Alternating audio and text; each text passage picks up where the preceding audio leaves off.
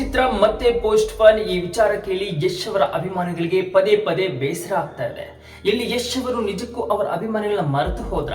Toxic ಅರಮನೆ ಕಟ್ಟಕ್ಕೆ ಹೋಗಿ ಯಶ್ ಅವರ ಫ್ಯಾನ್ಸ್ಗೆ ಬೇಜಾರ್ ಮಾಡ್ತಾ ಇರೋದು ಯಾಕೆ ಯಶ್ ಅವರು? ಯಶ್ ಅವರ ಹಿಂದೆ ಒಂದು ದೊಡ್ಡ ಪ್ಲಾನ್ ಇದೆ. ಆ ಪ್ಲಾನ್ ಆದ್ರೂ ಏನು? ಪದೇ ಪದೇ ಈ ಚಿತ್ರ ಪೋಸ್ಟ್ ಪೋನ್ ಆಗ್ತಾ ಇರೋದು ಯಾಕೆ? ಇಷ್ಟೆಲ್ಲ ದೃಢ ನಿರ್ಧಾರ ತೆಗೆದುಕೊಳ್ಬೇಕಾದ್ರೆ ಯಶ್ ಅವರ ಫ್ಯಾನ್ಸ್ ನ ಗಮನದಲ್ಲಿ ಇಟ್ಕೊಂಡು ಯಶ್ ಅವರು ಏನ್ ನಿರ್ಧಾರ ತೆಗೆದುಕೊಳ್ತಾ ಇದ್ದಾರ?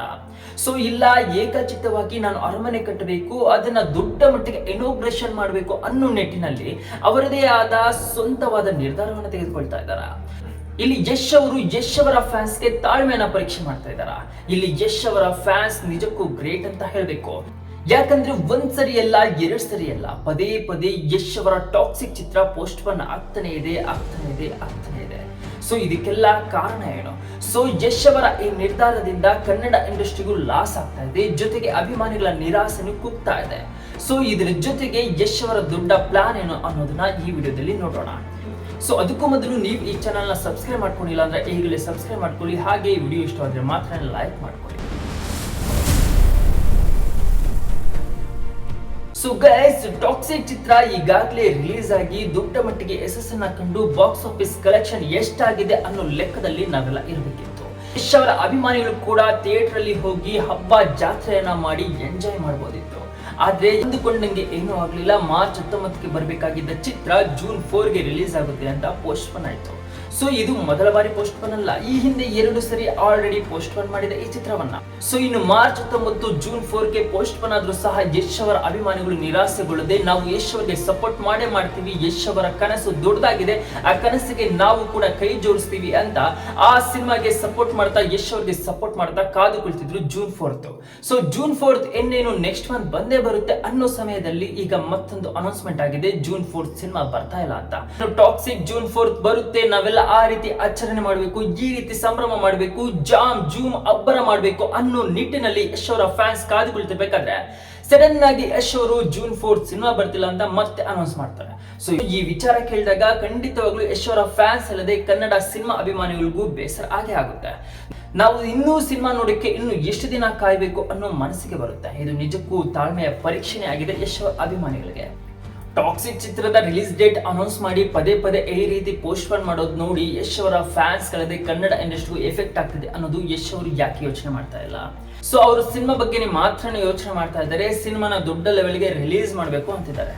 ಅದೆಲ್ಲ ಚೆನ್ನಾಗಿದೆ, ಸಿನಿಮಾ ಒಂದು ದೊಡ್ಡ ಸಾಧನೆ ಮಾಡಬೇಕು ನಮಗೂ ಆಸೆ ಇದೆ. ಆದ್ರೆ ರಿಲೀಸ್ ಡೇಟ್ ಪದೇ ಪದೇ ಪೋಸ್ಟ್ ಪೋನ್ ಆಗ್ತಾ ಇರೋದನ್ನ ಕೇಳಿ ಯಶ್ ಅವರ ಅಭಿಮಾನಿಗಳಿಗೂ ಅಲ್ಲದೆ ಕನ್ನಡ ಇಂಡಸ್ಟ್ರಿಗೂ ಎಫೆಕ್ಟ್ ಆಗ್ತಾ ಇದೆ. ಯಾಕಂತಂದ್ರೆ KGF ರಿಲೀಸ್ ಆಗಿ 4 years ಆಗ್ತಾ ಬರ್ತಾ ಇದೆ. ಇನ್ನೂ ಟಾಕ್ಸಿಕ್ ಚಿತ್ರ ರಿಲೀಸ್ ಆಗಿಲ್ಲ. ಕನ್ನಡ ಇಂಡಸ್ಟ್ರಿಯಲ್ಲಿ ಮೊದಲೇ ಸೂಪರ್ ಸ್ಟಾರ್ ಸಿನಿಮಾಗಳು ಇಲ್ಲ ಅಂತ ಹೇಳ್ತಾರೆ. ಇಂತಹ ಟೈಮಲ್ಲಿ ಒಂದು ರೆಡಿ ಆಗಿರೋ ಸಿನಿಮಾ ರಿಲೀಸ್ ಡೇಟ್ ಮಾಡೋಕ್ಕೂ ಹಿಂದೆ ಮುಂದೆ ನೋಡ್ತಾ ಇದೆ ಅಂತಂದ್ರೆ ಇದು ಎಷ್ಟರ ಮಟ್ಟಿಗೆ ಬೇರೆ ಸಿನಿಮಾಗಳಿಗೂ ಎಫೆಕ್ಟ್ ಆಗುತ್ತೆ ಅಂತ. ಟಾಕ್ಸಿಕ್ ಒಂದು ಹಿಟ್ ಏನ್ ಸಿಗುತ್ತೆ ನೋಡಿ, ಅದನ್ನ ನೋಡಿ ಬೇರೆ ಹೀರೋಗಳು ಅದನ್ನೇ ಕಾಪಿ ಮಾಡಕ್ಕೆ ಶುರು ಮಾಡ್ತಾರೆ. ನಾವು ಕೂಡ ನಿಧಾನ ಆದ್ರೂ ಪರವಾಗಿಲ್ಲ, ಒಳ್ಳೆ ಸಿನಿಮಾ ಕೊಟ್ಟು ಒಳ್ಳೆ ಕಲೆಕ್ಷನ್ ಮಾಡೋ ಅನ್ನೋ ಯೋಚನೆ ಮಾಡ್ತಾರೆ. ಆ ಸಮಯದಲ್ಲಿ ಕನ್ನಡ ಸೂಪರ್ ಸ್ಟಾರ್ ಹೀರೋಗಳು ಒಂದೊಂದು ಸಿನಿಮಾಗೆ 4 ವರ್ಷ 5 ವರ್ಷ ಟೈಮ್ ತೆಗೆದುಕೊಂಡ್ರೆ ಕನ್ನಡ ಸಿನಿಮಾದ ಇಂಡಸ್ಟ್ರಿಗಳಿಗೆ ಸಿನಿಮಾ ಇಲ್ಲಿಂದ ಬರುತ್ತೆ, ಕನ್ನಡ ಇಂಡಸ್ಟ್ರಿ ಸಿನಿಮಾ ಹೇಗೆ ಡೆವಲಪ್ಮೆಂಟ್ ಆಗುತ್ತೆ? 4 ವರ್ಷ 5 ವರ್ಷ ಒಂದು ಸಿನಿಮಾಗೆ ಟೈಮ್ ತಗೊಂಡ್ರೆ ಇಂಡಸ್ಟ್ರಿಯ ಡೆವಲಪ್ಮೆಂಟ್ ಅನ್ನೋದು ಕಾಣಿಸೋದಿಲ್ಲ. ಅಫ್ಕೋರ್ಸ್ 4-5 ವರ್ಷ ಬಿಟ್ಟು ಒಂದು ಒಳ್ಳೆ ಸಿನಿಮಾ ರಿಲೀಸ್ ಆಯ್ತು ಅಂತಂದ್ರೆ ಅದರಲ್ಲಿ ಬರೋ ಹಿಟ್ ಇದೆಯಲ್ಲ, ಅದರಲ್ಲಿ ಬರೋ ಕಲೆಕ್ಷನ್ ಇದೆಯಲ್ಲ, ಅದು ನೋಡಿ ತುಂಬಾನೇ ಸಂತೋಷ ಆಗುತ್ತೆ, ಮತ್ತೊಂದಷ್ಟು ಸಿನಿಮಾ ಮಾಡೋದಕ್ಕೂ ಉತ್ಸಾಹ ಸಿಗುತ್ತೆ. ಬಟ್ ಈ ರೀತಿ ಡಿಲೇ ಆಗಿದ್ರೆ ಈಗಾಗಲೇ ಥಿಯೇಟರ್ ಓನರ್ಗಳು ಪರದಾಡ್ತಾ ಇದ್ದಾರೆ, ಸಿನಿಮಾಗಳಿಲ್ಲ ಸೂಪರ್ ಸ್ಟಾರ್ಗಳದ್ದು, ಜನ ಥಿಯೇಟರ್ಗೆ ಬರ್ತಿಲ್ಲ ಅಂತ. ಜನ ನಿಜವಾಗ್ಲೂ ಥಿಯೇಟರ್ಗೆ ಹೋಗೋದನ್ನ ಮರ್ತು ಹೋಗ್ತಾರೆ, ಮತ್ತೆ ಎಲ್ಲರೂ ಮೊಬೈಲ್ ಕಡೆನೆ ಗಮನ ಕೊಡ್ಬೇಕಾಗುತ್ತೆ. ಸೂಪರ್ ಸ್ಟಾರ್ಗಳ ಸಿನಿಮಾಗಳ ಬಂದಾಗ್ಲೇ ಒಂದಷ್ಟು ಜನ ಥಿಯೇಟರ್ಗೆ ಹೋಗ್ತಾ ಇರೋದು ಈಗ. ಸೂಪರ್ ಸ್ಟಾರ್ಗಳ ಸಿನಿಮಾಗಳೇ ಎಳ್ದಿರ್ಬೇಕಾದ್ರೆ ಥಿಯೇಟರ್ಗೆ ಎಲ್ಲಿ ಹೋಗ್ತಾರೆ ಜನಗಳು?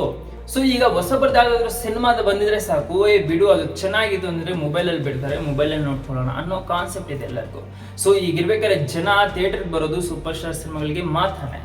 ಇಂತಹ ಸಮಯದಲ್ಲಿ ಈ ರೀತಿಯ ಸಿನಿಮಾ ರೆಡಿ ಆಗಿದ್ರು ಸಹ ಪೋಸ್ಟ್ ಪೋನ್ ಮಾಡ್ಕೊಂಡು ಪದೇ ಪದೇ ಹೋಗ್ತಾ ಇದ್ರೆ ಯಾವ ರೀತಿ ಎಫೆಕ್ಟ್ ಆಗುತ್ತೆ, ನೆಗೆಟಿವ್ ಆಗಿ ಯೋಚನೆ ಮಾಡ್ಬೇಕಾಗುತ್ತೆ ನಾವೆಲ್ಲ.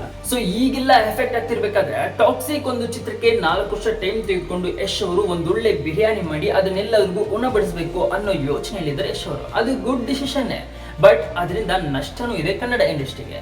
ಸೊ ಓಕೆ, ಇದು ನಷ್ಟ ಆಯ್ತು ಅಂತಂದ್ರೆ ಈಗ ಪಾಸಿಟಿವ್ ಬಗ್ಗೆ ಯೋಚನೆ ಮಾಡೋಣ. ಸೊ ಈಗ ಟಾಕ್ಸಿಕ್ ಉದ್ದೇಶ ಏನು? ನಮ್ಮ ಕನ್ನಡ ಇಂಡಸ್ಟ್ರಿ ಮೂಲಕ ಇಡೀ ವಿಶ್ವದಲ್ಲಿ ಕೊಂಡಾಡಬೇಕು ಈ ಸಿನಿಮಾನ, ಇಡೀ ವಿಶ್ವದಲ್ಲಿ ಏಕಕಾಲಕ್ಕೆ ರಿಲೀಸ್ ಆಗಿ ಒಂದೊಳ್ಳೆ ಬ್ರೇಕ್ ಕೊಡಬೇಕು ಕನ್ನಡ ಇಂಡಸ್ಟ್ರಿ ಅಲ್ಲದೆ ಇಂಡಿಯನ್ ಸಿನಿಮಾ ಅನ್ನಬೇಕು ಈ ಸಿನಿಮಾನ ಅನ್ನೋ ರೀತಿಯಲ್ಲಿ ಯಶ್ ಅವರ ಯೋಚನೆ ಇತ್ತು. ಸೊ ಅದರಂತೆ ಅವರು ಕೆಲಸ ಮಾಡಿದ್ದಾರೆ.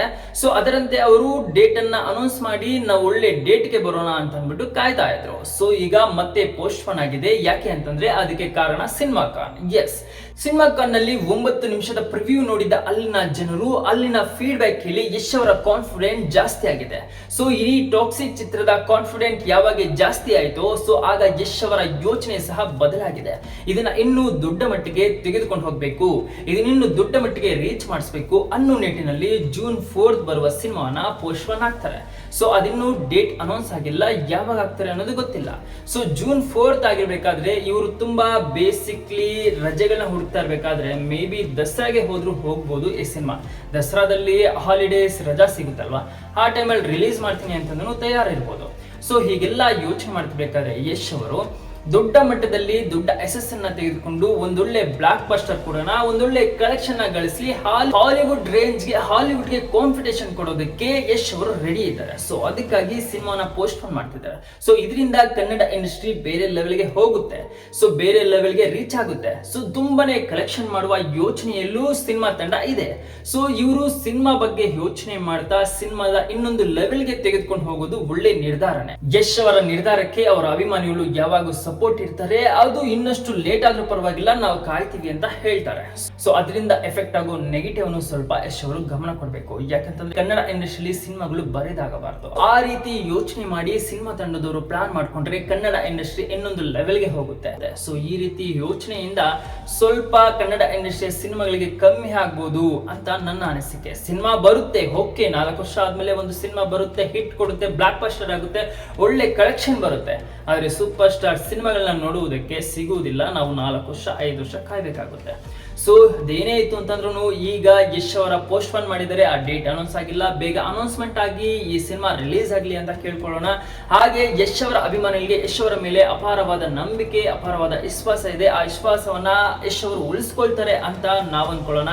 ಟಾಕ್ಸಿಕ್ ಬಗ್ಗೆ ಈಗಾಗಲೇ ತುಂಬಾನೇ ಬಿಲ್ಡಪ್ ಕೊಟ್ಟಿದ್ದಾಯ್ತು, ಹೀಗ್ ಬರುತ್ತೆ, ಹಾಗೆ ಬರುತ್ತೆ, ನಾವು ನೋಡ್ತೀವಿ, ಸಪೋರ್ಟ್ ಇದ್ದೇ ಇರುತ್ತೆ ಅಂತ. ಆ ನಂಬಿಕೆನ ಹುಸಿ ಮಾಡೋದು ಯಶ್ ಅವರು ಬೇಡ ಅಂತ ಕೇಳ್ಕೊಳ್ಳೋಣ.